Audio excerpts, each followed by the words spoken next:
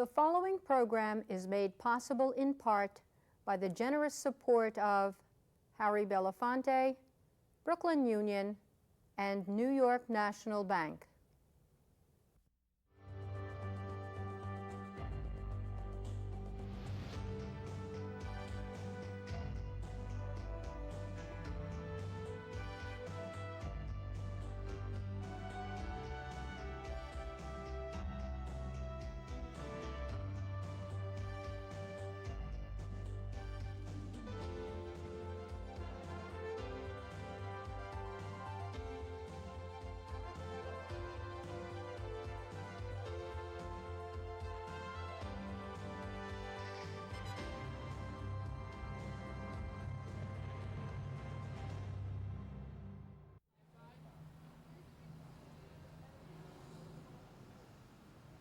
I am Dr. Roscoe C. Brown, Jr., the host of African American Legends.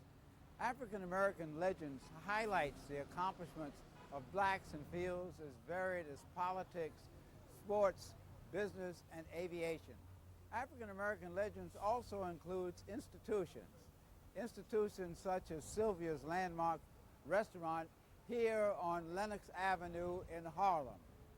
Sylvia's is known throughout the world for its best in soul food cuisine. Its customers include neighborhood patrons as well as celebrities such as Bishop Tutu and Jesse Jackson.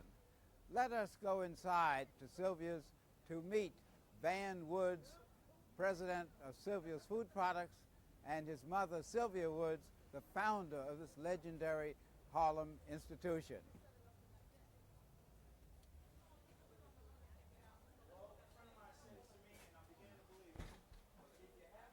We are inside at Sylvia's landmark restaurant here in Harlem, and I'm talking with Mr. and Mrs. Woods, the famous Sylvia Woods, and her son Van Woods, who's the president of Sylvia's Food Products. And first of all, I understand that you folks have been married for 50 years. Is that right? That's right. And you started in South Carolina, Yes. and you came to New York some, what, 40 years ago? Yes, or whatever? 48 years. 48 years. And then how did you get this wonderful idea of this great restaurant? I worked as a waitress for 7.5 years. And my boss had 3 restaurants, so he sold me the small one. He was going for the 4th restaurant, which was a summer resort upstate New York. And he ran into a problem financially up there, so he had the need to sell one, so he sold the small one. And of course, being entrepreneurs, you built upon that. Yes, we did. So much so that the restaurant is world famous, and you bring people from all over the world here, including many of the great celebrities, Bishop Tutu and Jesse Jackson, and Yes. so on. What is the secret of your success? I've been asked that so many times, and I can't come up with anything else except love,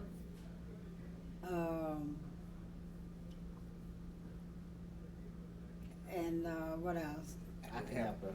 Yeah, I could help her. We serve Well, I want to hear Mr. food Woods. that we serve at home.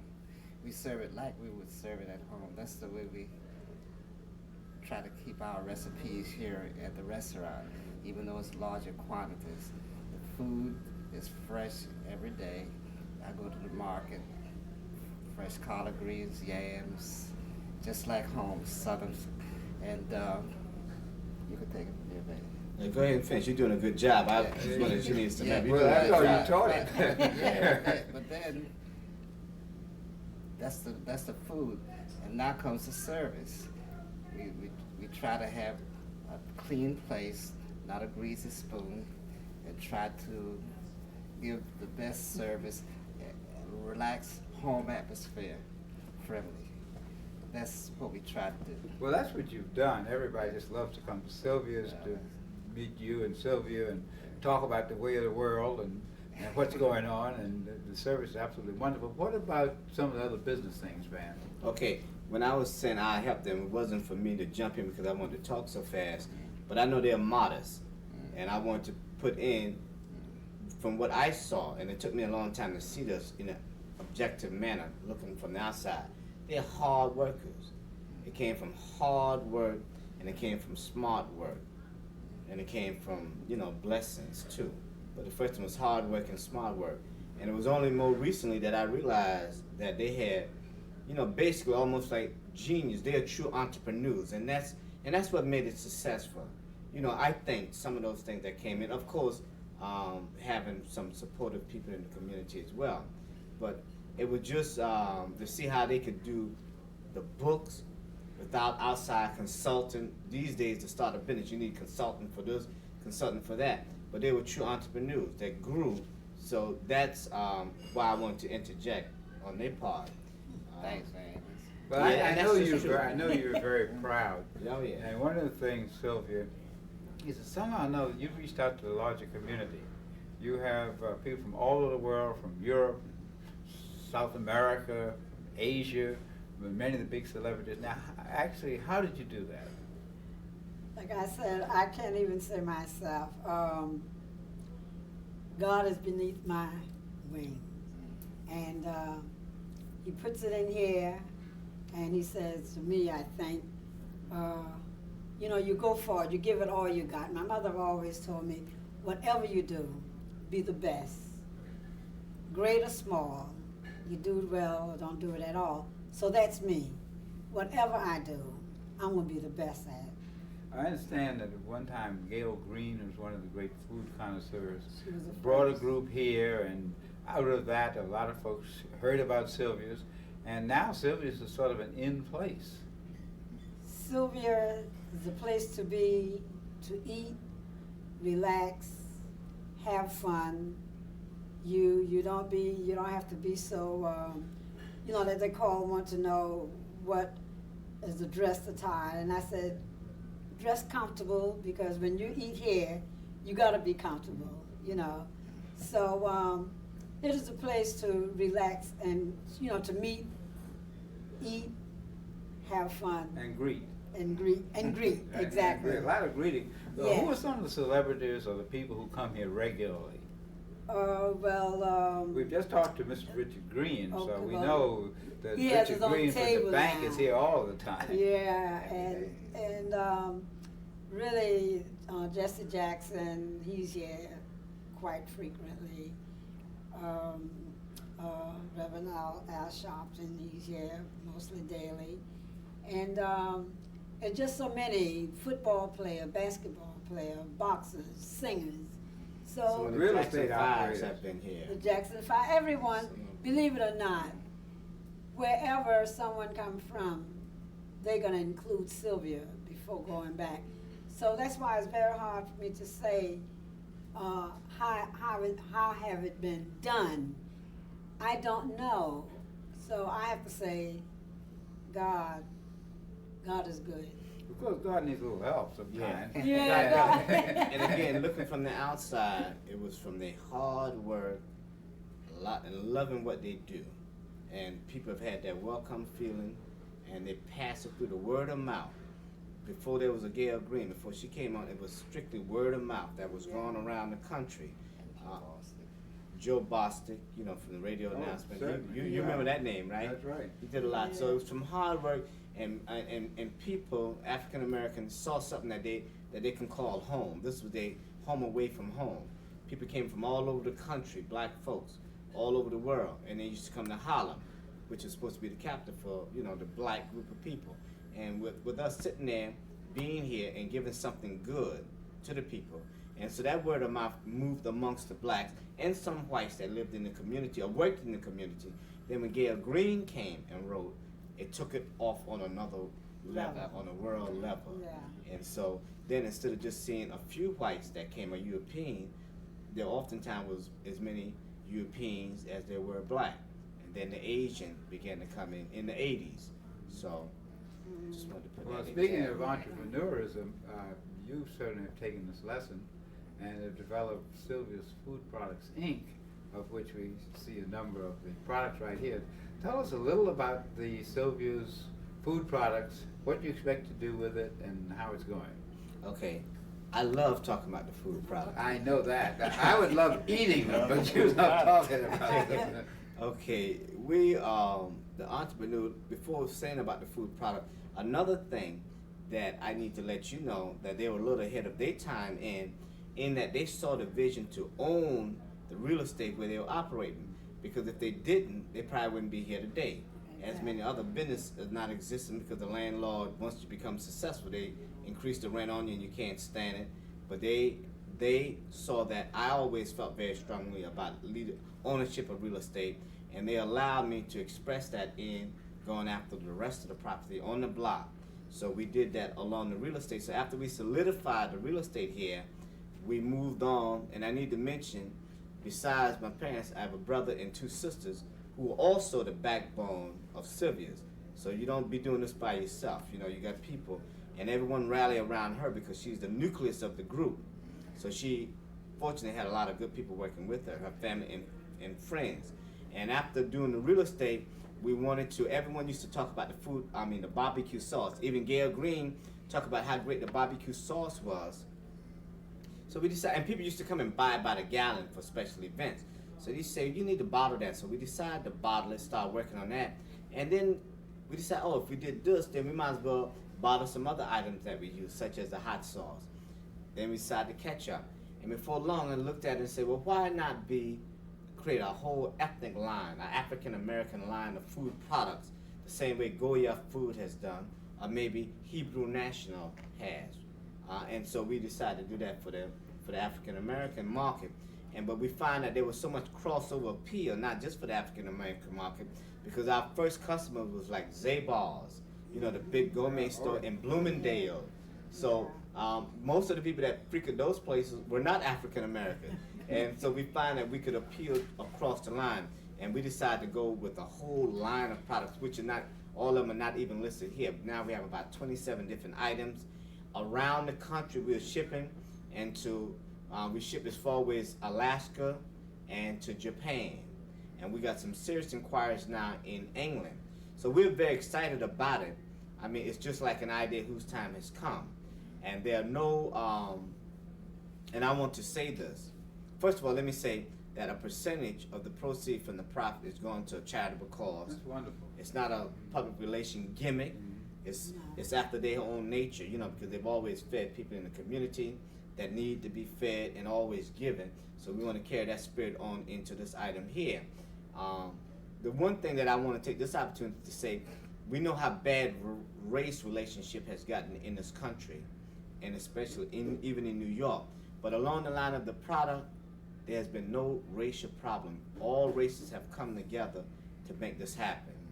Black, Jews, Cuban, one of my key persons is Irish. So all across the board, they've come to help make this beautiful line of product happen. And again, it's an idea whose time has come. Well, the other thing that you've done with the real estate is develop Sylvia's also, which is your location for special events. Yes. Could you tell us a little about Sylvia's also? Yes.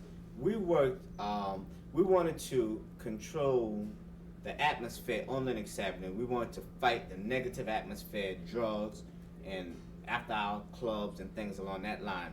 Not that we felt we needed all this property for ourselves, but we felt if we owned it, we can control what happened around it. And so we went after getting the property.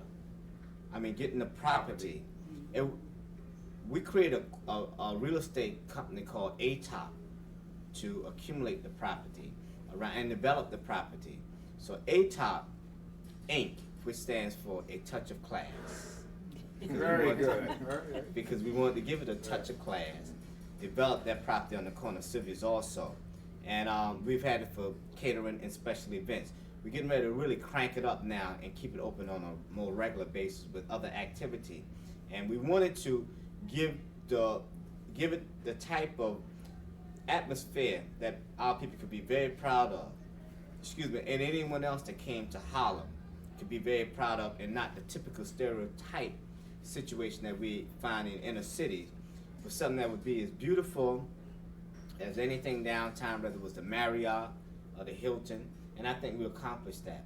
Now we need even more space, to do a little bit more. So between Sylvia's restaurant and Sylvia's also, we have a vacant lot that we're going to develop into an atrium that'll be something that you've never seen in the inner city before, like with trees, running water, granite, that type of situation. That's vision, That's right? Because they say a people without vision will perish.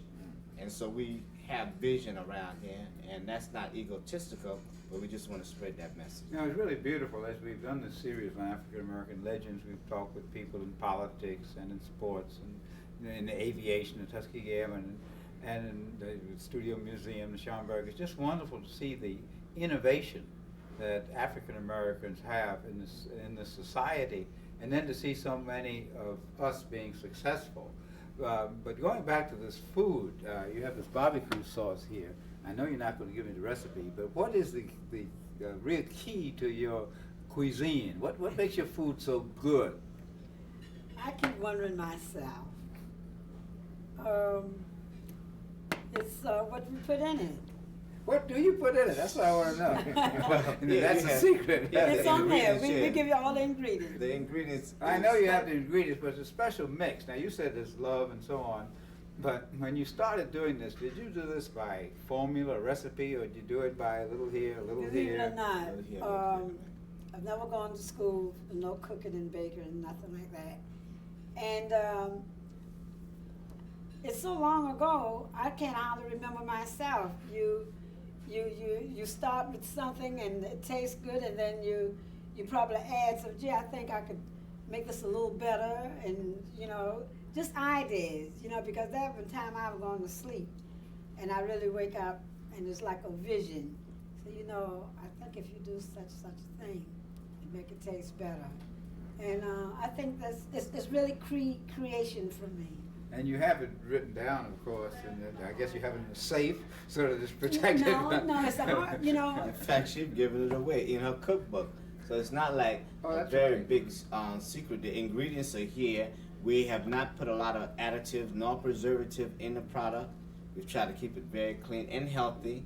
In fact, it could pass for kosher food in terms of the quality, where it's produced, and things along that line. The base of it is a sweet sour type barbecue sauce, and I'm gonna tell you, they rave around the country. I'm having difficulty producing enough of it. So people just have loved this particular sauce, and you might want to tell them about Ruth, who is her chef, who've helped her a lot with a lot of the recipes. Ruth Gully, she's our main chef, our head chef, I should say. And we all from the same home. We all are Southerners. And Ruth really helped create this barbecue sauce. And with her recipe, and don't ask me where she got them from, because I think it's just something that it really comes to you. It's not anything that you learn about in school. It's a gift. Well, that really is the secret of good cooking, and what we'd like to do now is to take a visit, if you don't mind, into the kitchen. Well, those guys back there, you have to go back there, man. The farm girl, right? Right, look at that. Anyway, here we come. Yeah. Where did you get your little green? I went to the Bronx Terminal Market. Oh, you go from the front down the mall. Yeah. Where it is. We do about 50 crates a week. Yeah. No, yeah. How long does it take you to turn these greens into one of your famous collard green dishes? Okay, you can chop a crate of greens. I can chop a crate of greens in about 15 minutes. Is that right? Yeah. I can really chop greens. You really chop Yeah. greens, And so once you chop your greens, and you wash them 15 minutes in the pot, 20 minutes let them steam, and you ready. Now, how many people See the came? green pots here? These are the green pots. Look, Oh, let's see.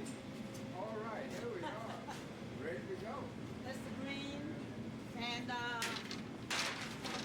look, this is the barbecue sauce. The famous barbecue sauce. This All is it. right, let's see one more time. That is really great. And this is chicken and dumpling. Chicken dumplings. Stewed chicken.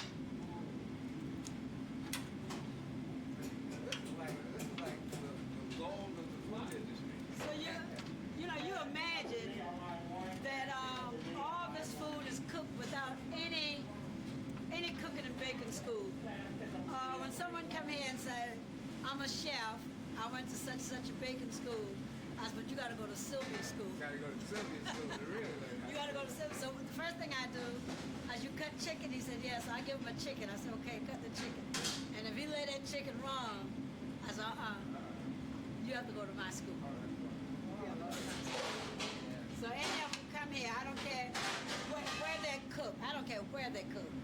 They got to do it our way. Yeah, because I went to the cook and baker school in the Navy. Yes, but here it's different. It's our way or no way. I'm here with Richard Green. Hi, Richard. Hi, Doctor. How are you? Richard is the president of Carver Federal Savings Bank, the bank in Harlem, and he's such a regular at Sylvia's that they've even named a table. This table is dedicated to Richard Green, and he's here every day at 12:10 for his lunch. Right. I'm a good customer. You're a good customer. What do you think about Sylvia's? What does Sylvia's mean to the Harlem community? I believe that Sylvia is quite an institution to the Harlem community, and it represents all of us and all of us in the community.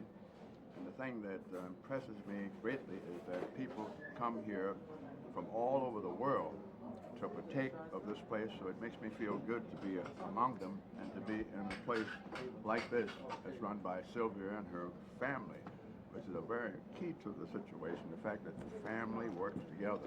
So she sets quite an example to all of us. I understand that Carver's been very helpful financially in helping to fund some of the expansions of Sylvia's. Carver is a community banking institution, and we feel that it's our responsibility and obligation to assist people in the community, and that's what our institution is all about. Well, thanks for letting me interrupt your Sylvia's lunch. It's all right. I can't wait to get to it myself. It's my pleasure. Yeah, hi, Bobby. Hi, how you been? I'm fine. We're talking about Sylvia's landmark restaurant, and this is Bobby Humphrey, who is an internationally known jazz flautist and a friend of a long time, and her daughter Vicky and her son Anthony. And what brings you to Sylvia's? Oh, I've been coming to Sylvia's for a long time. I mean, you cannot come to Harlem and have the full Harlem experience without tasting Sylvia's tasty food. I've been coming here since the early 70s, as a matter of fact, when it was just the one room there, and it's wonderful to see the expansion going on, but the food is still wonderful too. The food's better than ever. What about that, Anthony? Do you like Sylvia's food? Yes. And Vicky? It's always been good. And this must be quite a treat for your mother to bring you out like this. Yeah, I told them before we get into our work day, we're going to come up and have lunch, and we're discussing a couple of things. I just started a new label, Paradise Sounds Records, and we're going over our itinerary for the day and things that I'm showing them about the business. Oh, that's really wonderful. Well, look, enjoy your lunch. Thank you so much. Nice Take seeing you, care. Bobby. Nice seeing you, too. This is what everyone comes to Sylvia's for. The chicken, the collard greens, the sweet potatoes, the black-eyed peas, and the beef. And as your host, I'm going to start indulging in some of the great cuisine at Sylvia's. And we want to take this opportunity to thank Sylvia, Herbert Woods, her husband, and her son Van Woods, the president of Sylvia Food Products, for allowing us at African American Legends to come and visit this institution that's a legend in Harlem on Lenox Avenue, Sylvia's famous soul food restaurant. And now the crew and I are going to really do what we came to Sylvia's to do, and that is eat.